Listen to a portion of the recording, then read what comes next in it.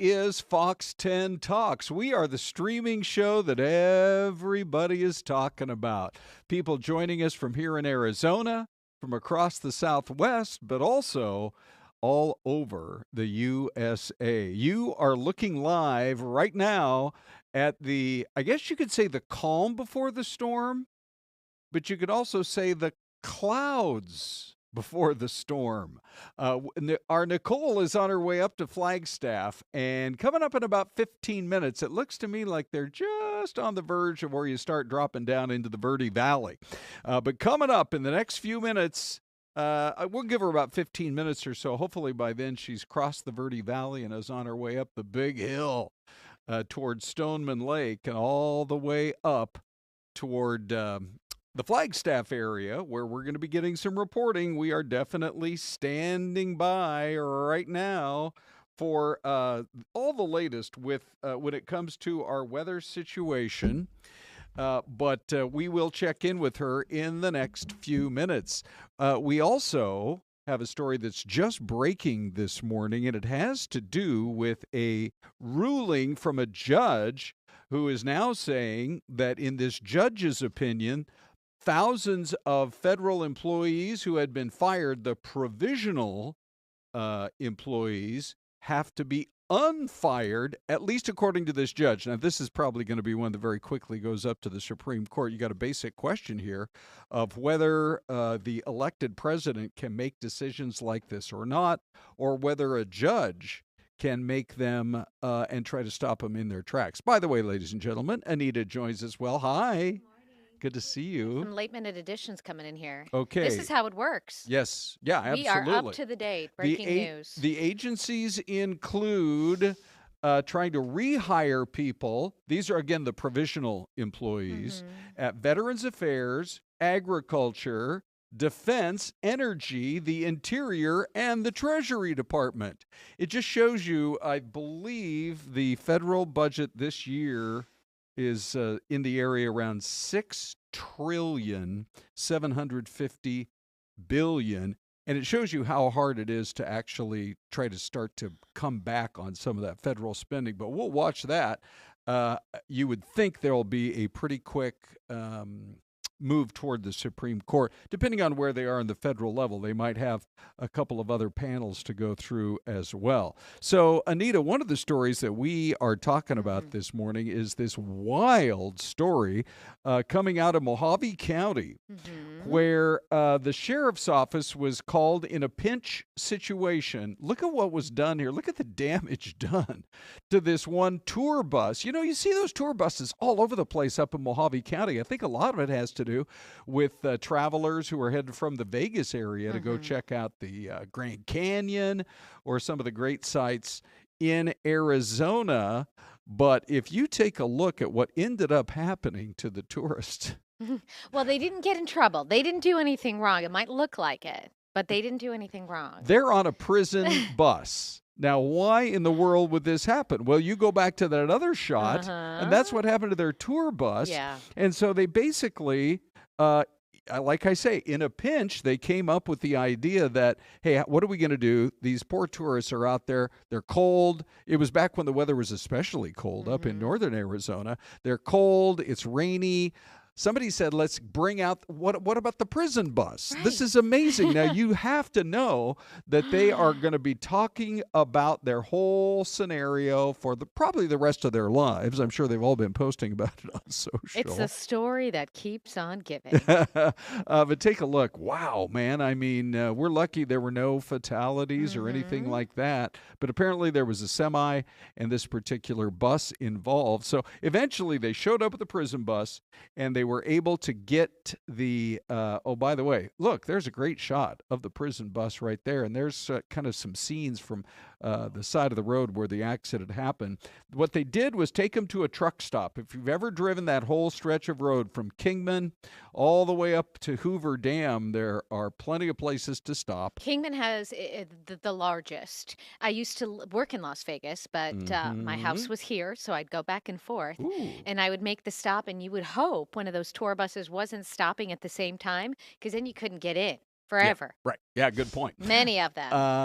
Okay, so anyway, I guess all's well that ends well. Nobody was seriously hurt. Nobody was killed in the crash itself. And thank you to the Mojave County Sheriff's Department for being so creative and getting those very cold, miserable, I'm sure, tourists at least partway to their destination. So there's another story this morning that is in the thank goodness category.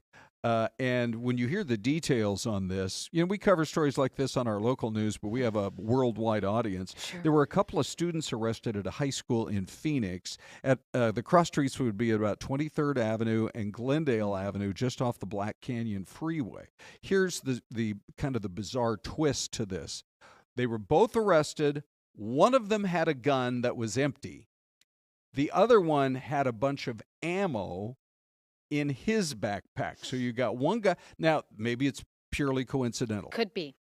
But one guy brings an unloaded gun to the high school. The other one brings simply the ammo. Simply the ammo. And thank goodness this particular district there, Washington High School, they do these backpack checks. Mm-hmm. And so right before the beginning of the school day, staff found the weapon in one and the ammo in the other. Now, here's the thing. The district says that appropriate disciplinary action is going to be taken pending the outcome of the investigation, which I guess is fine, but is it not a crime? In a case like this, with all the school shootings we've had, I guess we got to hear from law enforcement when you have one student bringing a gun and another student bringing an ammo, and it'll take some detective work to figure out if they were, if there was a conspiracy here or if it was one of the world's most unlikely coincidences. And, those students may very well say, hey, I didn't know it was in there. Someone put it in there. I had no idea. We've heard that before as a reason and or excuse. So I'm sure they'll look at the students' track record, their behavior record. They'll talk to the parents. See what happens. Here's the next story. Did you see this video yet? This is unbelievable. We go to the state of Virginia. Now, take a look. You have three people here. Can you see the one runner? This is a relay. She's got those batons. It looks like they're metal batons, and she starts wailing on the head of the other track runner who was just in the process of passing her, and she wasn't even in first place anyway. I mean, she was in second place, and she was faltering. She was in third, and the country is really talking about it because the attacker, let's say the alleged attacker, at this high school league championships there in Virginia, claims that she lost her balance, and that's why she hit her competitor in the head, it appears, multiple times, or at least tried to strike her multiple times. And at least she got one good hit, that she lost her balance. The only person in this video is losing her balance is the victim. She's coming out and saying there's so many articles about this. First of all, she's apologized and said, no, this was an accident. And she said, I would never do this on purpose. She's defending herself when it comes to this. But I do know she's not.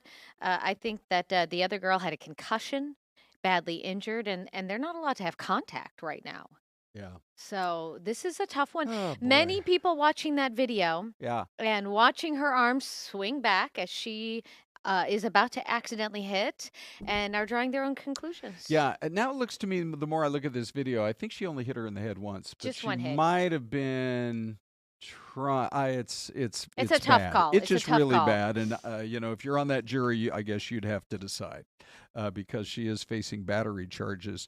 Was she losing her balance or was that purposeful? All right, so where are we on the government shutdown? That is definitely one of the big stories this morning. Oh, we just had there we go. There's a thing called Murphy's Law in the business. There we go. All right, so it's a cloudy, gray day at the Capitol. Are we closer or further away from a government shutdown? Well, Pennsylvania Senator John Fetterman says he's going to vote with Republicans. Mark Kelly has not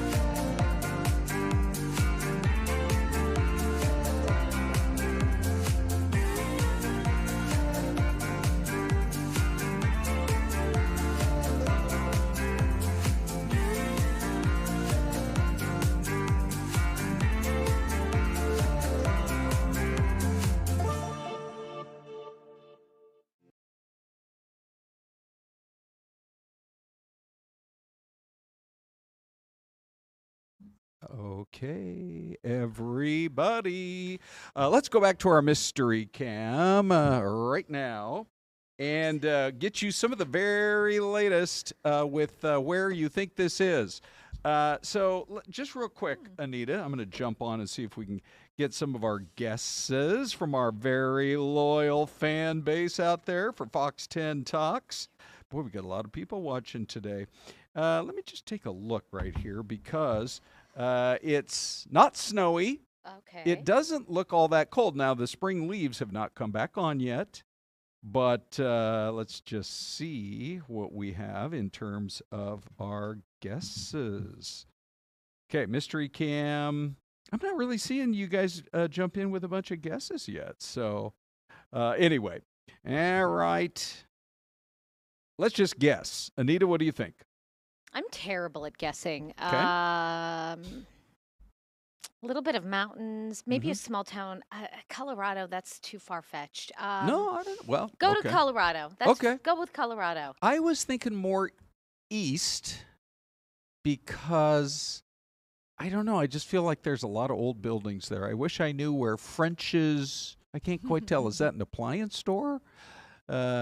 But there's I think that's like a Cumberland bank or gas station or something. So I'm in a Cumberland, makes me think of the Cumberland Gap. Wyoming, some of the guesses that we're getting right now. Idaho, Wyoming. Here we go. Forest Grove, Oregon. Okay, that's Lisa and Jen's Wall and Angela and Tyler. Thanks, you guys. Holy cow, what's going on? We have 100 viewers right now from all over the world. I'm going to go Pennsylvania because it just feels kind of Pennsylvania-ish to me. So, ladies and gentlemen, here on the Celeste Cam is Anita today. Hello. Go ahead and bring it on out and see what we got here. Go ahead and show it right to Crystal the camera. knows. Oh, hold on. Ready? Okay. Crossville, Tennessee. Oh, is that right? Okay, Crystal, you knew Crossville, Tennessee? No, but I would have guessed Virginia. That's what I was thinking in my head. Oh, okay. Yeah. Well, anyway, everybody, thanks for your guesses. We have a full weather segment now coming up for you for the next few minutes right here on Fox 10 Talks. And we've got the pictures coming in this morning. Now, rather than start right at 10, I thought maybe we'd give you guys an extra 15 minutes. But Nicole Cretion is joining us as we speak. She and Max are on their way up the 17. Nicole, how come you're heading north today? What is the situation for you? Well, good morning, guys. Thanks for having me on the show. So we are heading north because we've got a winter storm warning up in the Flagstaff area and a lot of the high country. And so we are heading up there to check it out because that's what we want to do. We want to keep you guys informed, but also we want to get right into the middle of the conditions so that we can be accurate with our reporting. We know Crystal's there. She's going to have the forecast for us throughout the day, and then we'll have our evening weather crew as well. But we figured why not just head up and become part of it. So we're all set. We've got our beanies on and we're all ready to go. But take a look at that. Yeah, look at that. Nicole, I know that you're an avid snowboarder. Are you going to be able to sneak any of that in while you're up there working? You know, I wish I could because that would be really fun. Maybe. We'll see. I did bring my snow pants. So I'm ready. I mean, I'm ready to go. But all this snow that you're seeing here, it's not quite there yet where we are. We have seen quite a bit of wind, some windy conditions. We have not seen any precipitation yet on our trip up, but there are quite a few ominous clouds and we're heading right toward them. So we're expecting to see some of that, like what you're seeing on your screen now. I think, Crystal, they're saying between 6 and 12 inches potentially. Yeah, going 8 to 12 for us in Flagstaff is our forecast. Wow. By the way, our live cam, I love this shot, courtesy of our Dean Fazzini in live control, because, when we first lined it up, Old Glory was just flapping in the wind. I mean, you could tell it was those 30-mile-an-hour type winds, the gusts kind of coming and going right there. But I think just way off in the distance, you can't see any of the big mountains, and it's starting to look a little misty, and that's kind of, that's kind of encouraging. So tell us about kind of what your plan is once you hit town. Where are you guys actually headed? Yeah, so I think we're going to try and just explore and see where all of the action is today. So I'm not sure yet if, when the kiddos get out of school today, I'm not sure if all the schools are open today or if they're just waiting out this storm. But we're going to try and find maybe like a cool sledding area, see if some families are out there enjoying. We're going to try to head around, see if there's a lot of customers at some of the snowboarding and ski shops. I will say that we're planning to showcase the fun that you can have once you're there, but we also want people to be safe because we know that there's a lot of, I mean, we're on the 17 now and it's clear, but we know that just a little bit of precipitation and all these gusty winds can really make for a dangerous commute. And so we want to be, we'll have some fun up there. We'll showcase how pretty it is. It'll be like a winter wonderland, I'm sure, but we also want people to be safe. And I would say, Crystal, you'll probably back me up on this. If you are heading toward Flagstaff, you need to get on the road right now like we are, because soon it's not going to be very pretty of a drive. It'll be more dangerous than it's probably worth. By the way, that's the perfect transition, Nicole. Thank you to you and Max. Yes, we'll watch for course. your reports later today on Fox 10. But all right, Crystal, let's jump right into it. This is one that we've been seeing coming for a while, but timing-wise, how's it look? Yeah, still on track for what we've been talking about the last few days. So right now it's kind of knocking on the doorstep of the western edge of Arizona. The winds, as Nicole mentioned, already are up all across the board. In fact, if we want to take my graphics, we could show off some of those wind gusts. Because I just Flagstaff have to press this button is gusting right there. to 41 miles per hour right now. So it is very windy in there. Mormon Lake gusts are at 26 miles per hour, and Sedona's gusts are at 36 miles per hour. Bullhead City is at 30. Heber is at 31. Look at Show Low, almost 50 mile per hour wind gusts right now. Almost the whole state, guys, is actually in a wind advisory because of how strong the winds are expected to be. But there it is. That's the rain that's starting to move in to the western edge of the state. And this is going to be kind of like a wash from west to east across Arizona. So it's starting out, but we've got the whole state to traverse through the afternoon hours here. Just starting to see the rain pick up a good clip in Kingman. Widen the picture out, and look at how much moisture is still in California. So all of that's heading our direction. They've had a good dose of snow up in the mountains there. And then you can see that it's starting to move into parts of La Paz, and it looks like just about to creep into Yuma County, too. So it's going to be a couple of hours before it gets to us, but we've got an active afternoon. And Nicole is right. You know, we talked about this a couple days ago. When should she start to drive up to Flag? And our whole weather team was very much in agreement. Send her in the morning so she's not on the road in the afternoon because it's going to be, I think, pretty nasty. It's dangerous. They've already closed some roads. We can get to that in a second. I want to ask you, Crystal, in comparison to the storm that we had last Friday that dumped, over 12 inches of snow up in the northern portions. We had a lot of rain all day Friday. Yeah. How would you compare what you think is coming our way to that? Okay, so not as long lasting. Okay. But during the heaviest periods, just as impactful in terms of like the roads quickly deteriorating. But because it's not as long lasting, the totals won't be quite as big, but still pretty good totals. In fact, let me see if I can get my my graphics up, and I'll pull up my snow total forecast so everybody can look at that for folks that are interested in the high country. And again, because it's coming towards the end of the week, it's great because it'll still be on the ground this weekend for people who want to get up to either Sunrise or Snowbowl. But this is how our forecast is looking. It's been pretty consistent for us the last day and a half or so. 12 to 18 inches for Snowbowl and Sunrise, and then 8 to 12 around the downtown Flag area. So, you know, the last storm, I think there was well over a foot in parts of the downtown area, and there was 3 feet at the ski park. So not as big of totals. You know, one of the reasons we tell people to just be as cautious as you possibly can is how many people got stuck in the snow, in the blowing snow on the 40 last week. And we actually talked to a driver at the time who was stuck in the middle of that mess, Mario Martinez. He described a little bit about what it was really like. And I'm like, okay, you know, it's only going to be maybe 2-3 hours, maybe. Ooh. And next thing you know, I look up and it's 5, you know, it's like, all right, cool, we'll open up in a minute. And next thing it's 10, and then it's 12, and then it's 1, and then, you know, you start to fall asleep a little bit in your car, but you try not to because you don't want to fall asleep on the highway in case the cars do start moving. Oh, wow. Boy, yeah, I mean, he's taking it in stride. But the good thing is that if you're stuck on a freeway, an interstate freeway, you should have cell service, but not on a lot of the 2-lane roads. So that's something else to keep in mind. So, Crystal, when will this system be done with us? Okay, so it finishes up overnight. The heaviest period of rain for the valley is between 2 and 5 o'clock. The heaviest period of snow for Flagstaff is between 1 and 7 p.m. But I do think in Flag overnight there'll be some scattered snow showers. By the time we wake up tomorrow morning, Valley is good to go. Up in the high country, probably some snowy, slippery roads still to clean up. And speaking of those slippery roads, you have some new information to share. Anita, what do you got? Sure. So Coconino County Public Works Department sent out an email. They have already closed Stoneman Lake Road and Perkinsville Road. So that's FH73. That's in advance. They don't want anyone stuck. They don't want anyone driving off the side of the highway. They're they're very, very worried about this. We're talking about a 22-mile stretch of Perkinsville Road closing at 4 a.m. this morning, all the way between White Horse Road. So that's about 8 miles south of Williams. So we'll have all that information up on our website. We'll make sure to cover that in the noon show and probably tomorrow morning. But they're taking every precaution that they can. Okay. I think our weather coverage this whole week has just been outstanding. Crystal, you've been leading it. I know in the afternoon. Erica and Corey, they've been doing a great job too. We're going to wrap up, you guys, with a couple of final thoughts. We were talking earlier about Robert F. Kennedy Jr. You know, here we go. By the way, we just launched this thing a few minutes before we went on the air. What do you think he should focus on, RFK Jr.? Right now, close to 10% say get the aspartame out of the diet sodas. If I had a vote, that would be mine.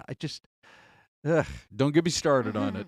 I mean, there have been some reports that really do raise some questions about the safety of aspartame. And close to 10% are saying, why do they still allow bleaches in bread? Get that out of there. The last two options, make sure the school lunches are healthier. There's a way to do that. And then more than 50% are saying, make sure the vaccines are safe, but also make sure they are widely available so that especially parents who are concerned can have access to them. In the last 60 seconds that we have, I just thought we would restart our conversation from this morning about pizzas, you guys. Oh, there we go with the whole pizza situation. Do I have a shot? There you are. Okay, so this is from Bubba's Pizza, which is on the other side of the world, by the way. I think it's Australia. But I love a good Hawaiian pizza with the ham and the pineapple. Yeah. I'm okay with it. But this operation has debuted orange slices, and what do you guys both think? I know you both have opinions. We got about 15 to 20 seconds left. In a thought, I'd give it a try. I would take a bite. Yeah, I would be willing to take a bite. I think it could be all right. I actually think so too. There's something about cooked orange slices that seems a little. I don't know. Gross? Not that appetizing. But hey, when you think about how good the pineapple tastes on a nice Hawaiian, I say let's give it a try. All we need is for one pizza place that's a little bit closer than Australia to help us out. For us to give it a whirl, yeah. Okay, Crystal, we love it when you pop in. Anita, it's always great having you here on the streaming show. But for now, we have to say our goodbyes. Bye.